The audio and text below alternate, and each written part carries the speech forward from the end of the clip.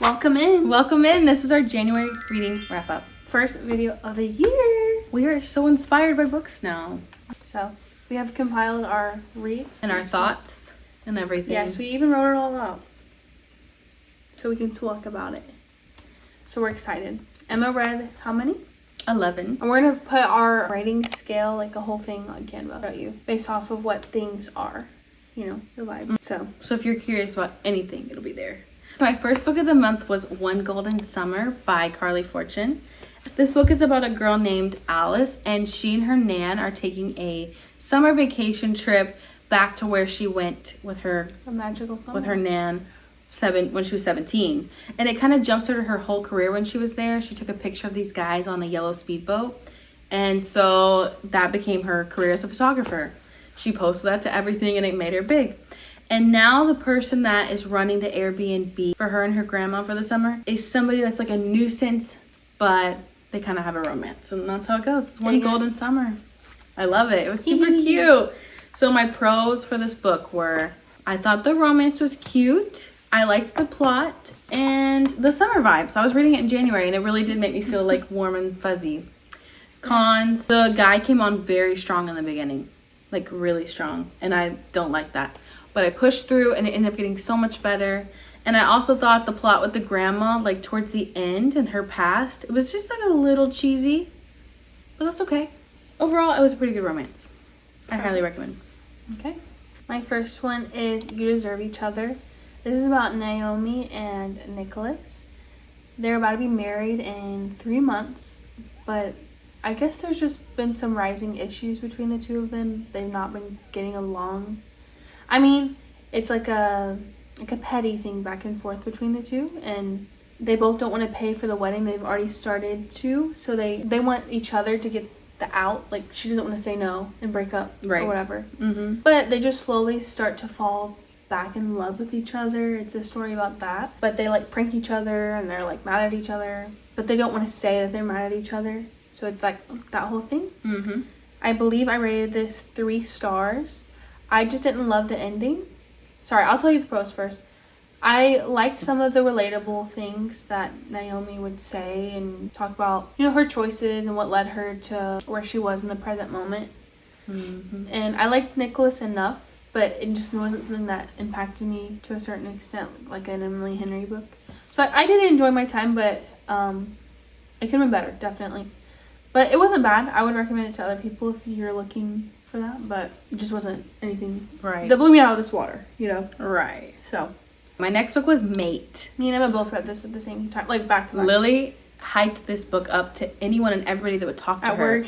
I mean, genuinely. So I was like, man, I gotta read it since the audio is so good. Like, Allie, pay her some money, because she was literally your #1 sponsor for this book. I was telling everybody at work. Everyone. You work with a lot of people. Anybody that she walked by in a grocery store, they knew she was reading this book, okay? So, read the book with very high expectations, mind you, okay? And this is book 2 to Bride. So this follows Misery's best friend, Serena, who is also a wolf, or she's like a hybrid or something. She's a hybrid. No, half wolf. Might be a spoiler, but hopefully she's a half it's not wolf. Too big of a spoiler. Yeah, she's a half wolf. I mean, it is a big spoiler. But you know what? If you've not read Bride, I mean, what can I do? Yeah. Skip this, I guess. But her love interest is a guy that's in another territory. He's an alpha as well. Mm-hmm. And Cohen.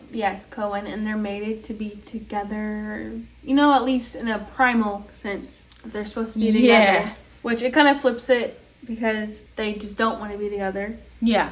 They're like, well, it's just a physical attraction. We don't have to be together. They're like, okay, what happens if we don't do anything? And they're like, we'll see, I guess. Nothing, I guess. Nothing. And to me, I thought the plot was going to be very much like them always being together, but like things they were trying to push each other apart. But really, this book did not follow that. They just kind of liked each other the whole time. So I didn't feel the tension of the mating bond, if you will. Like, they weren't really trying to reject it at all. I thought, let's make him jealous. Like, go after another guy, or you know what I mean? Like, give me more of that rejected mate plotline. So I had some issues with this. I rated it 5 stars because I really like the audio, and I just had a fun time. I love wolf books. I thought it was like a good book, but you rated it 4, right? I think I gave it 4, yeah. It's a fun time. Yeah, it was fun. It was fun. It was fun. I give it 4. You got some smut at the end. It's fun. Yeah, it was like a Yeah. I I thought it was fine. It was good. Okay. Well, my next book is Yellowface by Ms. R.F. Kuang. This is about June Hayward and her best friend Athena Liu. She's an Asian American woman, and she writes in that genre of things. And they're hanging out one night, and a freak accident happens where she dies. But June is also an author as well, so she decidedly that night she takes her manuscript that she's working on. She steals it. She steals the first draft of it. She's like, well, it's not that bad. I'm just going to rewrite what she's written. I'm just going to take inspiration off of what she's already written, you know? So, morally gray decision right there. And she keeps going with that. She gets it published and people start speculating and the story goes from there. It was a very interesting story. I didn't know if I'd ever read this book, but I saw it and I was like, I'm going to read it. All right. I'm going to do it. The pros are, let me see. I think it was a very interesting story about how the publishing world is. I think it really got my eye into it, you know, because I really want to write a book, and maybe if it doesn't even get published, it's just still cool to see that world of things. And I think the ending kind of took it from me. I didn't like, I don't know, I just thought it was a little silly, but I didn't hate it or anything. The ending just, I was like, okay. I don't know how you end a story like that other than like you're a bad person publicly, which kind of, you know, I know people. This is a very polarizing book. I've heard that too. So I just want to get my nitty-gritty opinion on it. But I did like it, so I would agree to some level of it. Exactly. My next book was The Night Prince, which is book 2 to The Wolf King.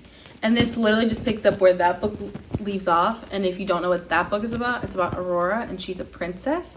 And she discovers in her father's like castle territory in the prisons underneath where they're being kept, there's an alpha wolf, and then when he makes his grandest, kind of random. Yeah, I'm like, how is he in anyway?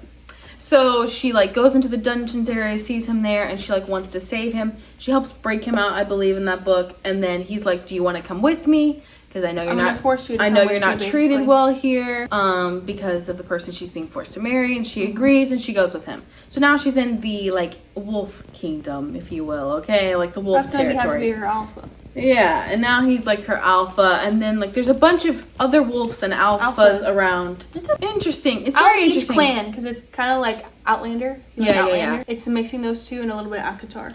Yeah, very much ACOTAR. If you put it in a smoothie. Heavy on the ACOTAR. Yeah. So she's with Callum in book 1, and like the recent type character is Blake in this book. And so my pros are, I really liked the romance, like the romance aspect. What else did I say was a pro? I thought the plot was good. Cons, I have several cons. She has a lot of exposition, I think, in this one. She does. You would think with the high stakes ending of that book that this book would be just like boom, boom, boom. No, it really slowed down, honestly. Like for majority of this book, it was so slow. And the tension between her and a certain character that was supposed to be really big in this one, I didn't feel that tension. Like it wasn't happening. There wasn't enough stakes in that aspect, I would say. And her and Callum are heavily in this book together. And if you know anything about ACOTAR and how she's with Tamlin for a while, by book 2, it's not like in your face as much. Oh my gosh, it was so much more in your face in this one. And I'm like, if he's not going to be the end-all be-all character, why are we putting so much work into this character and so many love scenes and things like that? Like, it just felt overdone. It's going to feel like a betrayal. It's going to be such a betrayal. And I'm like, I like the guy, but if he's clearly not going to be her end-all be-all. And he's not even that bad of a guy. No, so like, why are we doing this to him? He's a pretty good guy. Yeah, so if that book was about him, I would have loved it. What's going to be annoying is if in the 3rd book she makes him just like wolf out and do something crazy. Or if she's like, I can't choose between the two of you. That kind of thing. Like, choose myself. Like, if it's what she was, I think the listen with Britt, she was like, if this becomes a why choose, I won't recommend it. Wow. No, that's kind of how I feel, because if she ends up just choosing them both, I just don't like that. I need it to be more set in stone who we're doing. So, yeah. It was a good book. I'm excited for book 3. I think it'll be better. This one was just kind of a dud, honestly. It was such a mid book for a series. My next one is Wrong Place, Wrong Time. I rated this 4-star. I thoroughly enjoyed this one. It was a very good, very different book to me. The plot is on the day of Halloween. Jen sees her son kill somebody outside her house, and she's like, what the hell? What are you doing? You know? Yeah. So it takes on from that night. They go to the police station, they're doing all that, whatever. She wakes up the next morning. she's like, oh my God, I'm gonna have to go, you know, deal with my son being in jail for murdering somebody. No, it's the day prior. And then the next day after that, it's the day before again. So it's just going further and further back further in time. and further back in time. Yes. And it takes from there. And she decides and figures out, this must be because I have to, you know, help my son not kill somebody. So she figures out what's going to happen, stuff with her husband. She makes choices along the way where you're like, oh my gosh, you know. And I really liked the discussion that she has in it about like parenthood and being a good wife and having and grief, yes, with her dad, and having a good career, having to balance all of those things like a juggling act, you know, it showing, you know, and her being like, was I a good mother? Was I a good wife? Was I a good employee? Whatever. So I just like that. That's an interesting conversation to have, going back in time for one thing, and then seeing all these things that you would change, but can you change that right now when your priority is this? So it was just like a neat book, and I was like, wait. Yeah, it was deeper than you thought it was going to be. It's more than the thriller. So I would give it like a 4.5. Yeah. It was a very interesting book, and I thought about it. I forgot. I was like doing crafts with Emma or whatever, and I was listening to it. So I really like it. So I would highly recommend it if you like books like that. If you're just like a romance girl, I would not. If you like literary fiction. But it wasn't a thriller. You said it was more of like a mystery. A mystery, yeah. My next read of the month was The Favorites. I really thought was going to be my top read of the year. Just based on the fact that I had the expectation that this was going to be from Luke Off with Love with more like tension and banter. We all know that Olympic couple. Tessa, Virtue. And Scott. Virtue, yeah. And Scott. Tessa and Scott. You know them? You all know them. We all, every time. Me and Emma have been discussing them for a couple years, so. I can't get them off my mind. So every time I hear like ice skating, kind of like tension-filled sport romance, give it to me. This was not that. This was a Taylor Jenkins Reid type book. It was type shit. It was like interview style, which I know is not the format for me, sadly. Yeah. But with the cover, I believe it says at the top like the obsession stars, like here's how it works for them. This is a story about Katarina Shaw and Heath Rocha or whatever, and they are childhood like lovers. Like they literally start like doing stuff when they're early teenagehood. Okay. And they really love each other, as we are told. Like, this is all told to you. You're not seeing it, okay?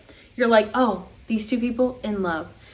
And if you like that style of writing where everything's just told to you, then this is the book for you. Because it's alternating chapters. You're going to the point of view of, like, the interviewer who's interviewing, like, Olympic skaters that were in competitions with them, competing against them, and they have their own opinion on the couple. And then you're going to Katarina's point of view, and you're getting her inside scoop of how it happened to her. And honestly, she's not painted as like the nicest person. She's kind of a B word, and it's said many times throughout the story that she'll do anything and everything to be a star, to be in the Olympics. And so honestly, it was just more about her being a bad person and treating people poorly, and then the people around her treating her poorly. And I found Heath to be very obsessed with her in like a very toxic way. He didn't even want her talking to other people because they were so trauma bonded and scary. And it was very isolating. And like they're just trauma bonded individuals, which is not, it's just not a love story I like to follow. Yeah, so Emma doesn't like those.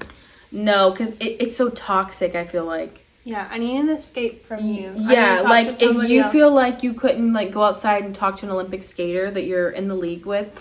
And keep in mind, like, these men sometimes were gay that she was talking to, and he was not having it. Like, he would just not speak to her after that. Like, oh, you're not doing something I like? Okay, well, I'm just not, we're done talking.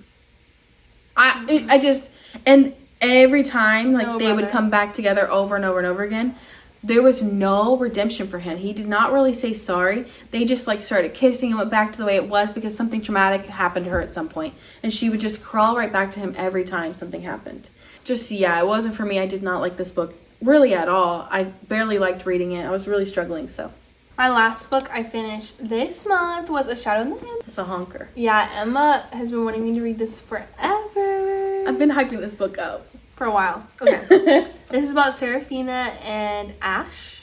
Serafina, she has been come into this world to marry this man to destroy all the rot that is in her mortal realm, world, whatever you want to call it. Mm-hmm. And he approaches her at the ceremony, if you will, to marry her, you know, to be her consort. He says, I don't need a consort.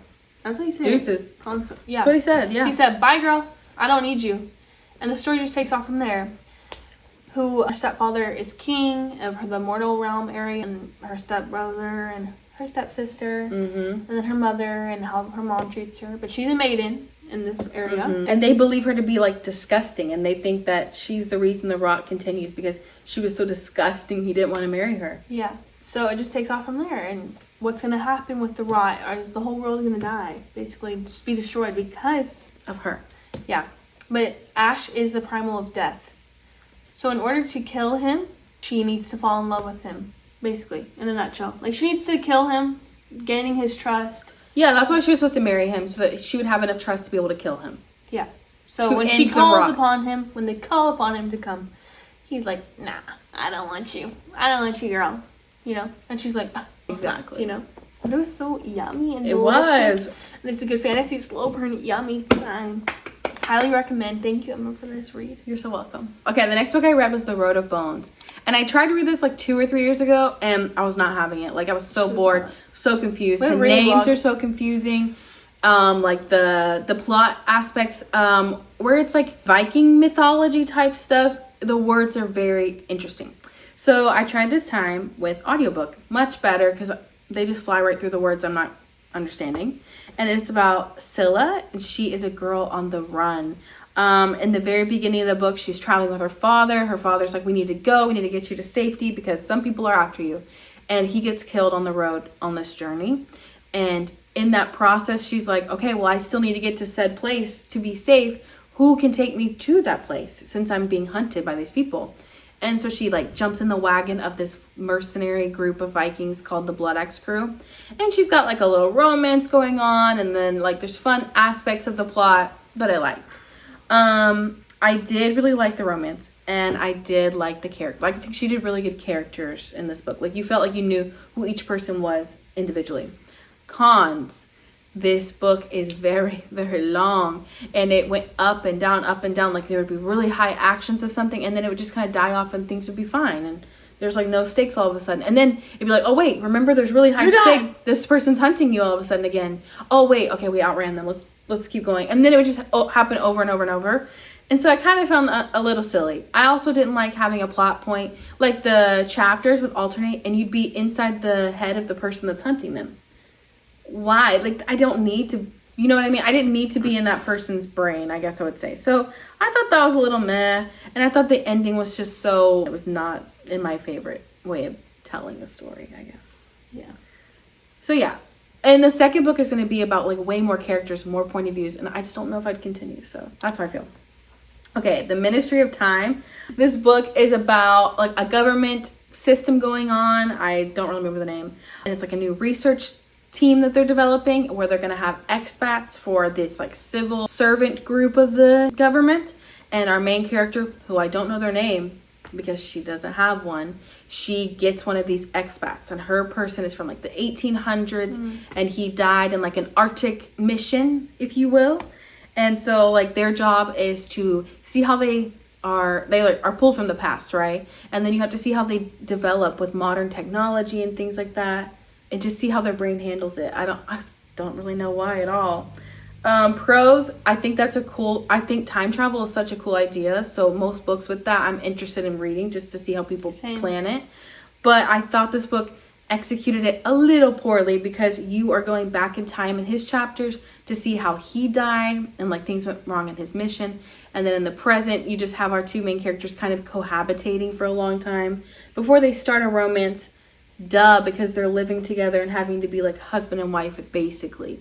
But they both have a lot of prejudices against each other because she is a woman of color in this present day. And of course, he's from the 1800s. So he has like certain words he'll say that are offensive and certain things he does that are offensive. Yeah, I don't know. It was just, I mean, that's very realistic, I guess. So whatever. And I thought the plot, like the chapters are like 2 hours plus long, every single one of them.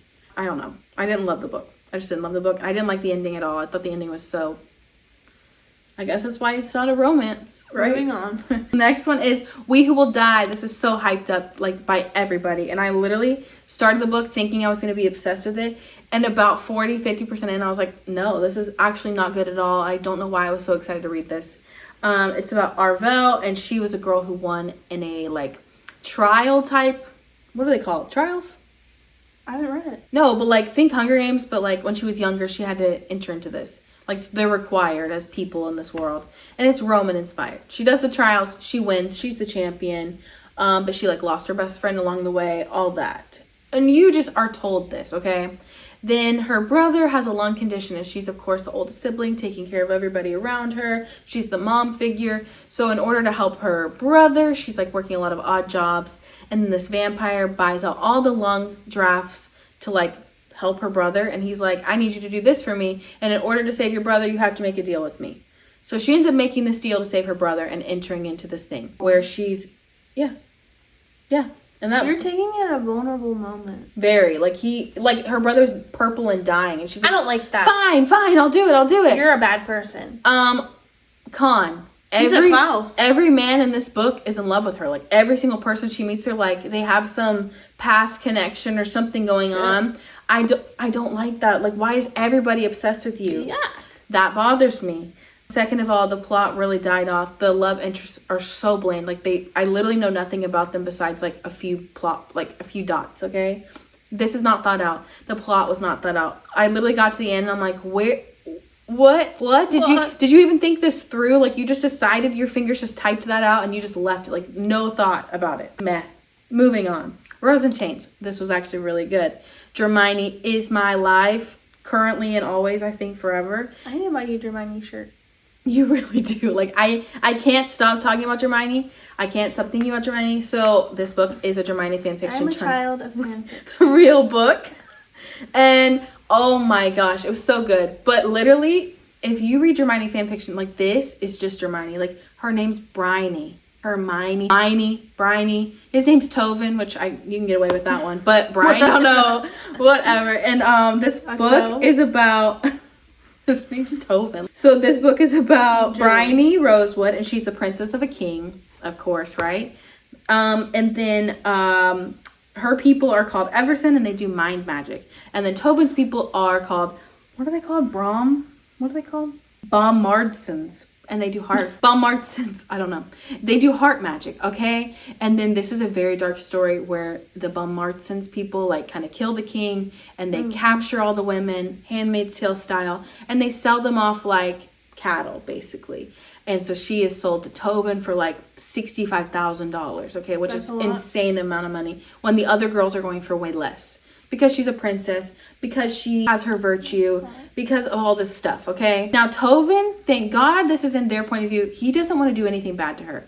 But, okay, so pros, I love the book. I thought it was really good. The romance was good. The tension was good. The plot was interesting. The magic was great. Cons, this book is about women being sold. And so the whole time in the back of my mind, things would be happening. And I'm like, these women were auctioned. Like, it gives you that sick feeling in your stomach that I know I'm not in the point of view of certain women, but I know bad things are happening to them. And that does put me in an icky, sick feeling. So I don't like that. But I did like, in this dark world, I did like their romance. And I did like what was going on. And I did like being in the past and seeing their school rivalry. And just feeling like I was reading a Hermione fanfiction. But it is very dark. So if that's not for you, don't read it. Okay, next thing I read was Accidentally Yours by Christina Lauren. It's their like little Valentine's Day novellas they do like every year. And this is about Veronica and this other guy named Jude. And they are like marketing people. He's a CEO. She accidentally ends up in a Zoom call with him, and she critiques his presentation he's giving. And he's like, who is this person? And he emails her and he's like, since you had a lot to say, can I hire you? And she's like, no, I just worked with a bunch of men. I don't want to be working with you. And then he like persuades her, buys her an office chair and like all this stuff. And she like now works for him. And they continue this little email spatting doing. And they end up liking each other and exchanging numbers and then going on a date. But he ends up being like her neighbor. And so they've been seeing each other and already liked each other. Okay? It's a cute little novella. I thought it was fine. Moving on. The Cruel Prince. Reread. Of course, I love this. If you know anything about The Cruel Prince, it's just about Jude. She's a human girl living in a fae world. And these fae are different. They're like the tricksy kind. They're the bullying type. They're horrible to humans. And it's just fun to watch her be in this navigate that world. Yeah, it's so good. 5 stars for me. I have no cons. The last book I read, my obsession, honestly, is In the Veins of the Drowning. And I think this is my favorite book this whole month that I read. Like, I literally didn't want to put this book down. And the reviews were deceiving because it has like a 3-point-something rating on Goodreads, which I would never pick up. But Rachel Gillick did promote this book as like, she was the little author tag on it. And so I love Rachel Gillick. But this is about Imogen, and she is a siren, we find out, which, like mermaids and all that, you know? And she has been kept away from the sea like her whole life by her king, okay? And then she's to be married off to a captain who kills sirens. And so she begs the king that's visiting this territory she's in, that doesn't like her king, to save her, like take her away from here. And they enter in kind of like, I would say like a blood bargain, but it's a little different in this book, but that's basically what it is. And when they do that, bad stuff just happens throughout this whole book because they did this. So there's a lot of things that are pushing these people to be apart, but of course they're not. And so there's a lot of forced proximity and tension and banter, which I love. It was just so yummy. But I did get a little confused in the beginning if she even knew she was a siren. She just kind of turned into one. And it was very confusing. And she's like, yes, I know about this. But did you? Like, I couldn't figure that out. But we moved right past that and it was really good. And then the ending, there's a lot of prophecy stuff going on that I thought was super confusing. I literally was like going back to the book like, what? Okay, you know what? I'll figure it out in the book too. But it was so good. Other than that, it would be like a 5-star. That's all I read from this month. Yeah, I pushed this button on the side to lock it and I was like, oh. It's been a pretty good reading month. I think this is one of my best months in many years. I've had pretty good ones. I mean, A Shadow in the Ember, I had Wrong Place, Wrong Time, and then you had In the Veins of Drowning. What was the other one that you really liked? Rose and Chains. Rose and Chains, and what was the other one? That I really liked. I liked Mate, and I liked The Night Prince. Mate, yeah. And I liked One Gold. Like, I liked a lot of like these. I've had pretty I feel like this has been a 4-star type month for me. 4 stars? Yeah. Yeah. Which is really good, honestly. The only one I didn't like was You Deserve Each Other. As much. And I didn't Everything up? I didn't really like A Ministry of Time, but that's about it. You don't regret reading it though? No. Oh, I didn't really like the favorites either, but it was an interesting, now I know, you know? Yeah. Now I know. I'll be looking for that. So, yeah. Thank you thank guys for you. watching. Oh my gosh. Like, comment, and subscribe. Please. Maybe we'll leave something in the description. I don't know. We'll see. Something Yeah. silly. All Just right. got you down there. Thank you guys. Bye.